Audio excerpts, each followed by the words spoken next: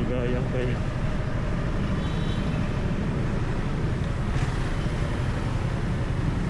Mas makapit ang gastos dito sa drive. Minsan sa sobrang kakamadali natin, iba yung nangyayari eh.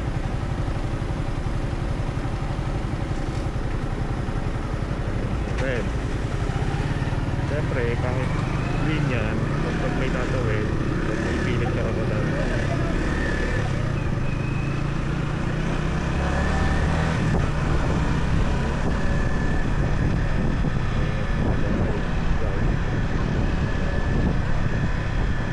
pero kanina based doon parang nakalagpas na yung ano eh, yung motor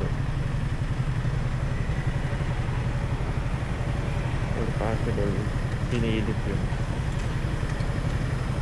Pero siyempre wala naman tayo dito, siyempre wala naman po. Hopefully may CCTV yung dash lang sila para alam kung sino yung magawa ng insurance.